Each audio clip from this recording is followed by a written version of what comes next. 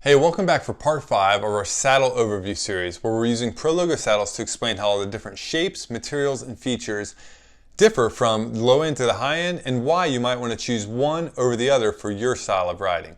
For part 5, we're going to talk about the shapes. And amongst saddles, when you're buying a new one, perhaps the most confusing thing is what all the different shapes are for, who they're for. So we're going to talk about how the curvature and the profiles match up with different styles of anatomy and flexibility, and when you might want to choose one over the other to get the most comfortable saddle for you. First, it's worth pointing out that Pro Logo and most other high-end saddle manufacturers offer some sort of fit kit for their retailers.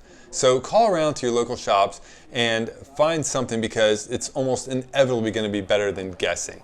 This video will help, but it's hard to get your own measurements by yourself, and things like Pro Logo's My Own Fit system measure things you really can't. I did their fit system, which only takes about 5 minutes, and it's totally free, and it put me on a saddle that I've been very happy with for years. Alright, now that we got that out of the way, let's talk about curvature. So by that I mean, how round is the top of the saddle? And Pro Logo offers 3 options: flat, semi-round, and round, and then we'll talk about this guy a little bit later.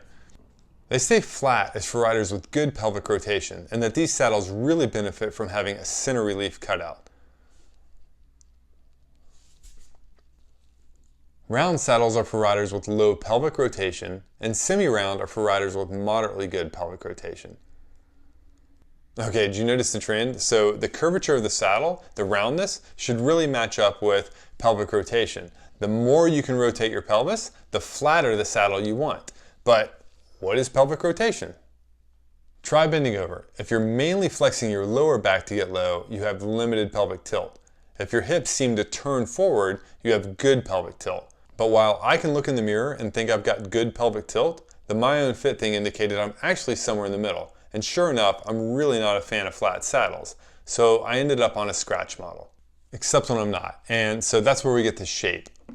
Most saddles use what they call a T shape, and that's because it's kind of tall like a T. So you could also think of T for traditional, because let's face it, this is what saddles have looked like forever, right? So the alternative is the V shape, and Pro Logo's Dimension saddles use what they're calling a V because it's shorter and wider, and it's on trend. A lot of brands are coming out with this V-shaped, shorter, wider saddle. And so the T-shape is good for riders who sit further back and your weight's back here on the padding, but maybe you steer with your legs and you like having that longer thing between the thighs, because like I do, a lot of times I really like to steer with my legs as much as I do the handlebars. The newer V-shaped saddles tend to have a more universal fit, and as such they only come in this mildly semi-round shape. They tend to have a wider rear, so there's more support, and the shorter nose means less rubbing on the inner thighs. A lot of riders we've talked to, and from our own experience, like this shape because it helps you get into a more powerful forward-leaning position, but still has good sit bone support. Speaking of sit bone support, that brings us to the last part about saddle shape, which is the width. A lot of times manufacturers offer anything from 134 millimeters to 154 millimeters for saddle width, and that's the measurement back here.